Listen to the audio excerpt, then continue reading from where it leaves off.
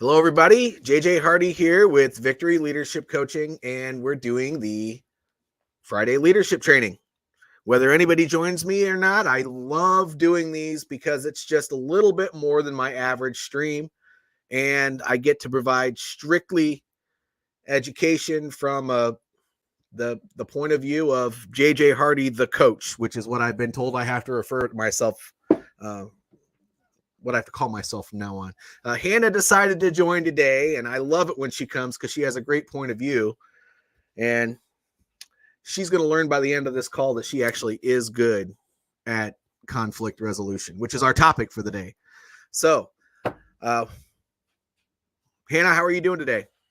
I'm doing well. How are you?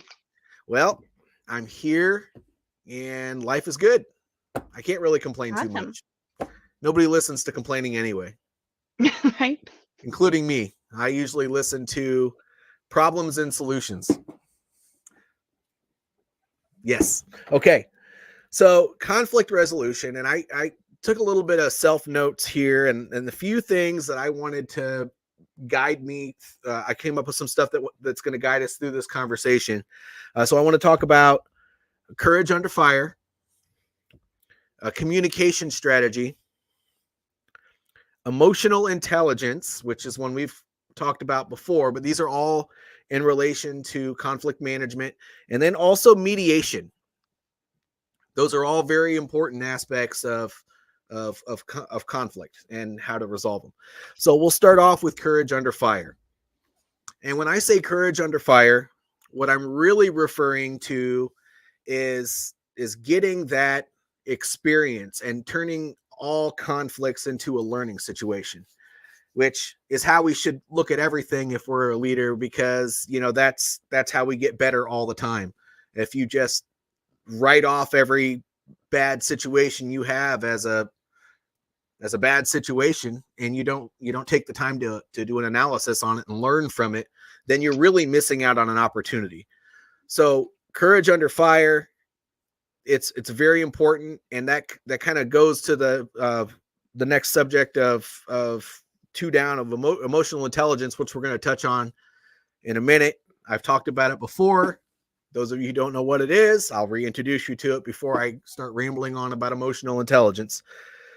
But communication strategy, it's also a very big part of it.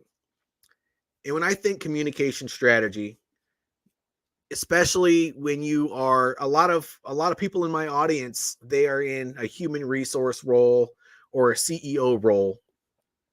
And so if you're in either of those roles, you're going to deal with conflict. If you're in HR, you're going to deal with conflicts as they pertain to upset employees coming to you with a problem that's going on in the organization. If you're a CEO, what conflict don't you deal with? But let's go ahead and focus today on people that are upset. Right? That's a difficult conversation, which we've covered in the past, but you got to look at the conflict for what it is. Just like when you're doing any sort of mediation, which is at the end, you got to focus in on what they're saying, even if they're upset and they're screaming or whatever the case may be. Because if you slow down and you listen to what's being said, even if they're spouting off a bunch of things that they don't mean, then the chances are you're gonna hear what the real problem is, and you'll be able to ask questions as a result of it. But you can't really get in the mess until somebody is calm, or maybe as calm as you are, because otherwise all you're gonna do is, it's like pouring kerosene or gasoline on a fire. It doesn't matter what you say, it's just gonna upset them more. So you want to make sure that that's the first part, right? And sometimes even in a sales role, the same thing happens. People are automatically upset because you're calling to try to sell them something, when at the end of the day, you just got to hear them out. Maybe you'll realize very quickly, well, this call is not the opportunity for me, or this interaction is not the opportunity for me. But you might see an opportunity there. I'm sorry I made you upset. However, and do a rebut there that's going to actually fuel the conversation in a positive way. Always look at anything you do, you should always be looking at the benefit of the other person, or otherwise you shouldn't be in the conversation in the first place. Emotional intelligence. So when I think of emotional intelligence, this kind of fuels both the courage under fire and the communication strategy, because I think of that remaining calm. It's very easy when you're in a situation that's hard, whether it's, having to solve problems on the fly, or you're dealing with somebody who's potentially irate, to come up to their level. Oh, Michael has a couple comments here. I promise you, Michael, I'm going to go ahead and put those up here in a second, but first let me finish this part. So when I think of emotional intelligence, it's, first of all, understanding that you're rising to a level of emotion that's not going to help you get through that situation, and taking a step back from it, whether it's physically or emotionally, getting back down to a level where any decision you make is going to have a positive effect on the outcome and not a negative effect on the outcome, because we're all here to make things better for ourselves and everybody else. And so if that's your true goal, then always keep that in mind. Servant leadership, right? But in addition to that, you have to really understand the feeling that takes place so that you can sense that in the first place. For me, and for a lot of other people that I've counseled through these sort of situations, it's that burning in your chest. Once that burning starts rising, for me, that's when I have to step back. I don't know what that is for you, but it can be embarrassment. It can be anger. It can be fear. It can be any of those things. But whatever the case may be, if you're getting a heightened level of emotion due to any of those things, you have to take a small step back.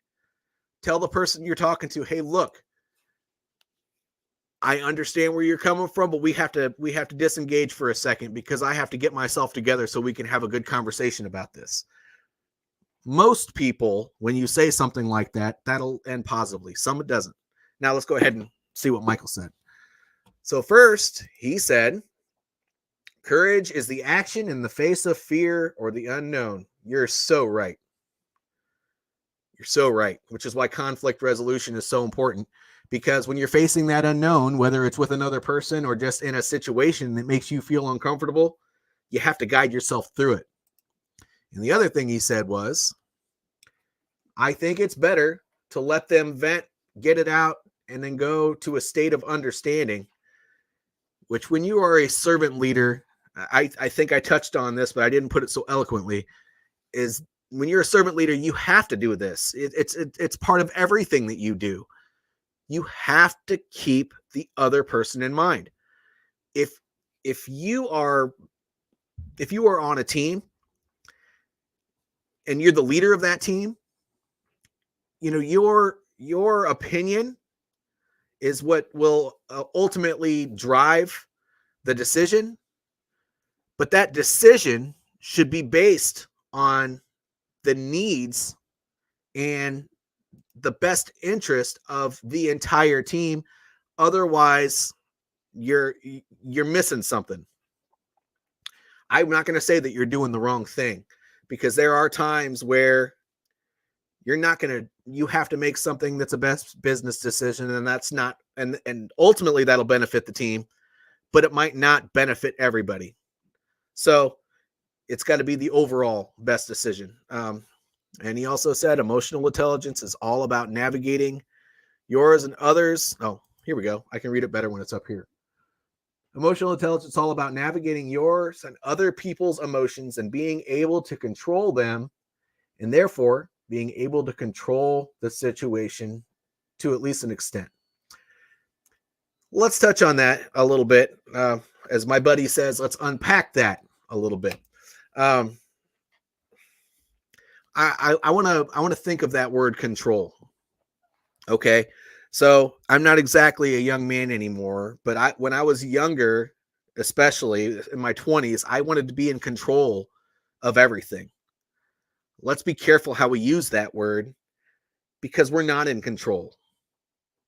you really have to make sure you think about that word a lot. Making the best decision for everybody and steering the ship in the direction you want it to go, that's not necessarily control, it's leading. And if you're not thinking about it that way, then at the end of the day, you can start steering things in a direction that is based in selfishness, because control is about what you want, leadership is about what other people want. And so I have to bring that up, because if I don't, then I'm going against my own message, and I can't do that. However, Michael, you're right.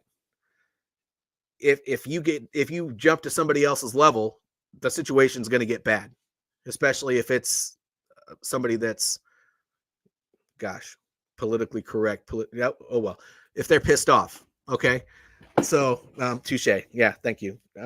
Again, I wasn't trying to play devil's advocate, buddy, but I had to make sure I unpack that in a way that caters to my message, because the servant leader idea really helps people, and it's been helping a lot of people. So I got to keep going in that direction. Yes. What was I even saying? Hannah, what was I saying? Gosh, I just chased a squirrel, didn't I? It doesn't matter. Yes, emotional intelligence is important in all of this.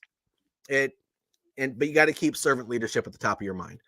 If you use servant leadership as a way to guide your thought process and your decision making throughout anything that you're doing, especially in business and family,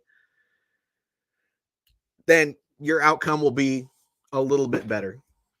And if we're trying to get a little bit better every day, trying to take control out of it. And by the way, I'm a religious person. So when I feel like I need to be in control, I pray about that, because the outcome doesn't always turn out the way I want it to, but it turns out the way it needs to. I'm not saying I'm forcing religion on anybody out there, but that's what I believe. So, Hannah, what do you think? Well, so one of Michael's comments brought up a thought. And it's just because, again, I'm newer to the leadership role, but I've been in management roles before, and having somebody just vent and get it out, what's the difference? Where do you draw the line? Because as a leader, you don't just want somebody yelling at you, No. and then, like, how do do you know what I'm trying to ask? Yes. So, first of all, if it's public, you want to cut them off and let them know that we need to take this somewhere that's more appropriate. And public can be in a chat room, Mm-hmm. like a virtual meeting, like what we are right now, or it can be in a store, on a Mm-hmm. sales floor, or it can be anywhere where you're not the only two people in the room. It needs to be appropriate. And if they start saying, and now there's another level to that. So if they start saying a bunch of things that are inappropriate, that are making a personal cut on you or on somebody else in the organization or the team, whatever, it's appropriate to still not rise to their level. But if you can interject and say, hold on, I want to let you know that you're taking this to an inappropriate place. If we're going to talk about this, it needs to be productive. And letting them move forward that way. Sometimes you're not able to get in there. And, sometimes it goes to a place where it turns into straight up insubordination. And, since there's a dichotomy for everything, you got to find balance in that. So really, and yelling and anger and just, screaming and saying inappropriate things, that can't be tolerated. It really can't. But sometimes people just come in and they are so passionate about it that they want to get a little bit loud and blah, blah, blah. And that's okay. Yeah. That's okay. But you'll know the difference. Oh, It's yeah, hard to absolutely. yeah, it's hard to explain, but to me, that's the biggest difference. Yeah, there's a difference between yelling at you and yelling at the situation. Also, obscenities and personal words are the cutoff. And Michael, I agree with you. But you got it. That depends on your environment. If you're talking to a group of construction workers, obscenities are going to come good and bad. So you got to be careful with that too. But when you're making a personal cut on somebody and you're using obscenities, or if that's something that they know offends you and they start going to an inappropriate place, those are all things that are too much, Sure. and they need And to I either be. Oh, sorry. Go ahead. well, and I was just thinking, like, personally, I would never yell at, like, somebody who's above me. And so, like, there's a level of respect. And so just letting someone like berate you or yell at you for something, like, how does that take away the level of respect? Like, are they, It you really know? depends Okay. because there have been many situations, even in my past, right, where I came in and before I talked to that person, I had just had what I felt at that point in time to be the worst possible day that I have ever had. And so people are people. Yeah. First of all, we're going to make mistakes and we are emotional animals, but we're also intelligent enough to know that if somebody stops us and tells us we're going too far, that we either need to zip it and walk away and come back when we can have a productive conversation, or lower it to a level that caters to the respect that they're looking for in that situation.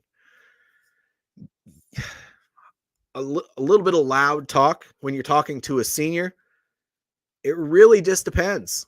Mhm. If they start doing it and that leader tells you it's inappropriate, then that's obviously inappropriate. But there sometimes a person needs to do that. I Mhm. remember there was a situation when I was younger where I asked somebody to stay late, and it was a similar situation that popped up actually with one of my clients recently. But and this person was asked to stay late, but what we didn't know at work was that his significant other, he wasn't married, but his significant other said, if you don't show up by such and such a time tonight, I might leave you. Oh. And so his frustration came out at me and a fellow leader, a fellow it wasn't in the military, but it was at one of my jobs. It was another manager. um, and he just automatically started getting loud, and that came Mhm. out as, I'm not staying late, you can't make me stay late, and all this other stuff. We did let him go off a little bit, and at the end of that, we were able to get him calm because we listened, and we asked him, so there's something else going on here because you're not usually like this. Mhm. And we actually bonded with that person a little bit because we were understanding of their situation. Was he a little bit disrespectful? Yes, but it wasn't a norm for that person. And I had been in that job for, gosh, it was more than half the year. So I mean, I knew that person well enough to know that they're pretty level headed. So when they said that, it was like, whoa, dude, what's happening? Yeah. And at the end of it, so there can be good out of something that starts bad. Again, I like what Michael said, just got to read the room, Mhm. but you never know what somebody is going through. So try to be understanding, but if it gets to a point where you're just like, I can't take all this crap, you got to let them know they got to calm down and treat that situation with more respect than they're giving it. Thank you. Yeah. Hopefully that answered your question. Yeah. It's a tough one, right? Because conflict is conflict, and it doesn't just happen that way when you're dealing with other people. It also happens that way when you're dealing with situations, and so there's a problem solving aspect to that as well. I teach the 7 steps to problem solving. You can all look that up, but it basically goes through uh, the goal setting portion at the very beginning to figure out how to come up with some solutions, and then all the way down to some analysis and making and implementing a decision. Well, sometimes when you're in the mix of trying to solve that problem, and there's a lot of other stuff going on, you can't even process what's happening to be able to solve it. So you got to take a step back from it. That's another aspect of emotional intelligence. I can't remember if I mentioned that earlier in a call or not, but that's another way to look at conflict resolution, because it's not just when you're dealing with other people. It can also be just with yourself. And I know in what you do, I'm sure that's happened a few times. Yeah. Yep.